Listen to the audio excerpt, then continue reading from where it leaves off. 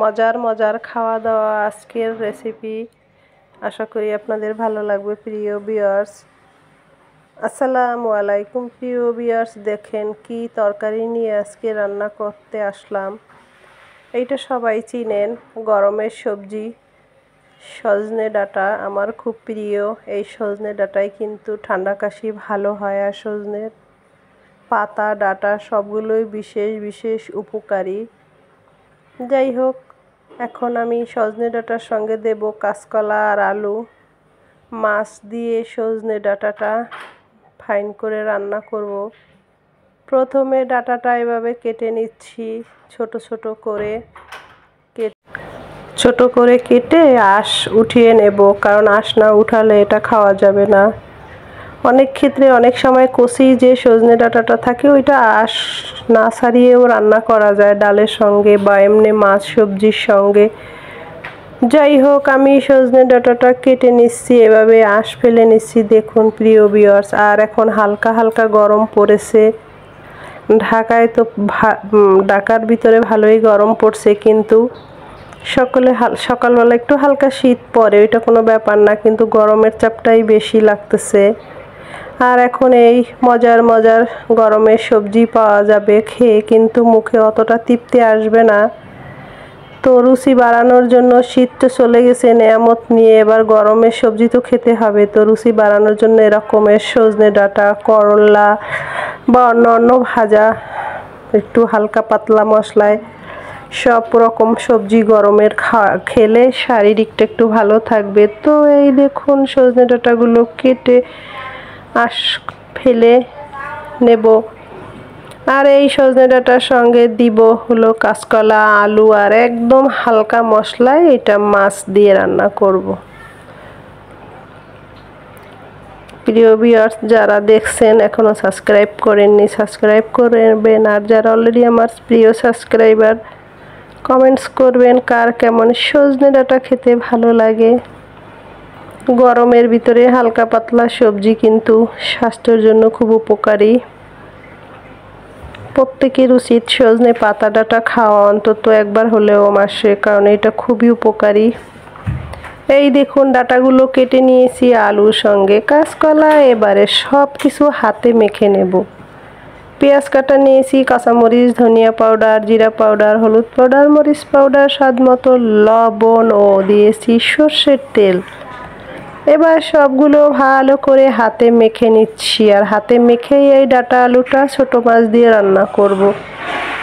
এর সঙ্গে ডাল দিয়েও খাওয়া যায়, সেটাও কিন্তু খুবই সুস্বাদু হয়। যাই হোক, মশলাপাতি মাখা হয়ে গেছে, এবার আলু ডাঁটা কাঁচকলাটাও মেখে নেব। মেখে তারপরে রান্না করব। যাই হোক, মাখানো হয়ে গেল মাছের সঙ্গে। আগে ডাঁটাটা মেখে নিয়েছি, মাছ তো নরম ট্যাংরা মাছ, তো মাছটা উপরে বসিয়ে পানি দিয়ে দেব। যাই হোক, মাখানো শেষ প্রিয় ভিউয়ার্স, এবারে পানি দিয়ে দিচ্ছি হাত ধোয়া পানি সহ, একটু বেশি দেব ডাঁটা আলুটা সেদ্ধ হওয়া অবধি। তো ঝোল পানিটা দেওয়া হয়ে গেল, একদম হাত ধোয়া পানির থেকে একটু বেশি দিয়েছি। এবারে চুলার জালে মাঝারি জালে জাল দিয়ে নেব মিনিট 5-6। এই যে দেখুন জাল দিয়ে নিচ্ছি 5-6 মিনিট জাল দিয়ে ঝোলটা কমিয়ে নেব। আর গায়ে গায়ে ঝোল করব না, একটু পাতলা পাতলা ঝোল থাকবে, কারণ ওই যে আগেই বললাম হালকা গরম গরম এই পাতলা পাতলা ঝোল খেতে কিন্তু খুব ভাল লাগবে মাছ সবজির কাঁচকলার। তো নেড়ে চেড়ে দিচ্ছি, ফুটে উঠছে ভালোভাবে।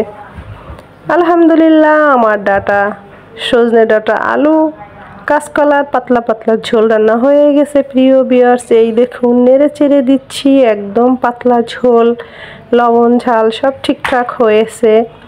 এইটা উঠিয়ে নেব। আর এর সঙ্গে আরও থাকছে দেখুন, ওই যে বললাম গরম পড়েছে, দেখুন জিরা ফোড়নের উপরে কাঁচামরিচ আর দিয়েছি ছোট চিংড়ি মাছ অল্প করে, এইটা হালকা করে ভেজে নেব। আর এর উপরে দিয়ে দেব সবজি, সেই সবজিটাও কিন্তু গরমের জন্য খুবই উপকারী, মুখে স্বাদ বাড়াবে। আর যাই হোক, চিংড়ি দিয়ে কাঁচামরিচ দিয়ে জিরা ফোড়নের উপরে যে সবজিটা এখন রান্না করছি, এইটা খেলে কিন্তু সত্যি মুখের স্বাদ বাড়িয়ে দেবে।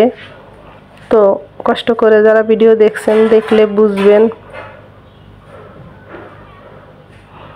চিংড়ি মাছটা ভাজা হয়ে গেছে জিরা ফোড়নের উপরে। এখানে কিন্তু আমি পেঁয়াজ দেইনি, পেঁয়াজ অবশ্যই দেব সেটা শেষে।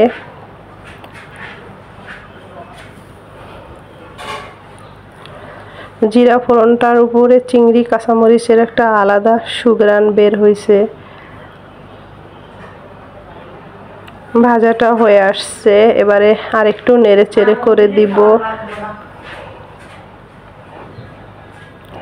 ব্যাস, এবারে সবজিটা দিয়ে দেব। সবজি বলতে এই যে দেখুন, আলু, পেঁয়াজ, রসুন আর করলা দিয়ে তেলের উপরে ভেজে নেব। এই গরমে এরকম খাবার থাকলে আর কি দরকার। আর এর উপরে দিয়ে দেব স্বাদ মতো লবণ, হলুদ পাউডার, মরিচ পাউডার সামান্য দিয়ে করলাটা একদম ভাজা ভাজা করে নেব।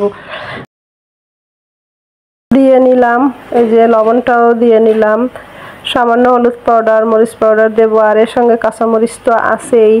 এই গরমে এরকমের হালকা পাতলা ঝোল, জাল ভাজা পুজি খেলে কিন্তু মুখের রুচিটা একটু ঠিকঠাক হয়।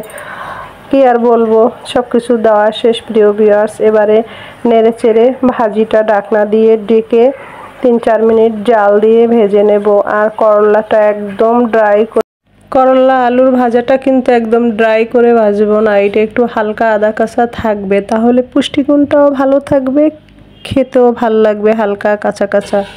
আমি সবসময় ভাজাভাজি এমনই করি, হালকা কাঁচা কাঁচা ভাব যেন থাকে, সেদ্ধও হবে। যাই হোক, এরকম ঢাকনা দেব আর খোলা রেখে এরকম নেড়ে চেড়ে একদম ভাজাটা করে নেব প্রিয় ভিউয়ার্স। একদম গরমের সুস্বাদু আমার প্রিয় সব খাবার দাবার, পাতলা পাতলা ঝোল, হালকা ভাজাভাজি সব কিছু মিলে অসাধারণ আজকের খাওয়া দাওয়া। তো নেড়ে নিচ্ছি, দেখুন করলা ভাজাটাও হয়ে গেছে। ওই যে বললাম কাঁচা কাঁচা থাকবে, করলা ভাজা হয়ে গেছে। আলহামদুলিল্লাহ, আজকে আমার করলা ভাজাটাও হয়ে গেল। মজার মজার 2টা গরমের রান্না খাওয়া আজকের খুবই সুস্বাদু। আশা করি আপনাদের ভালো লাগবে। কার কেমন লাগে আমাকে কমেন্টস করবেন, আমি খুব খুশি হব। এরপরে যা থাকছে মুরগির রান্না। ঘরে সব সদস্যরা তো সব খাবার পছন্দ করে না, তো যাই হোক আজকের এই রান্না বান্না এই অবধি। ফিরে আসবো পরের দিন আপনাদের সুস্বাস্থ্যের কামনা করে আজকের মতো বিদায় নিচ্ছি। আল্লাহ হাফেজ।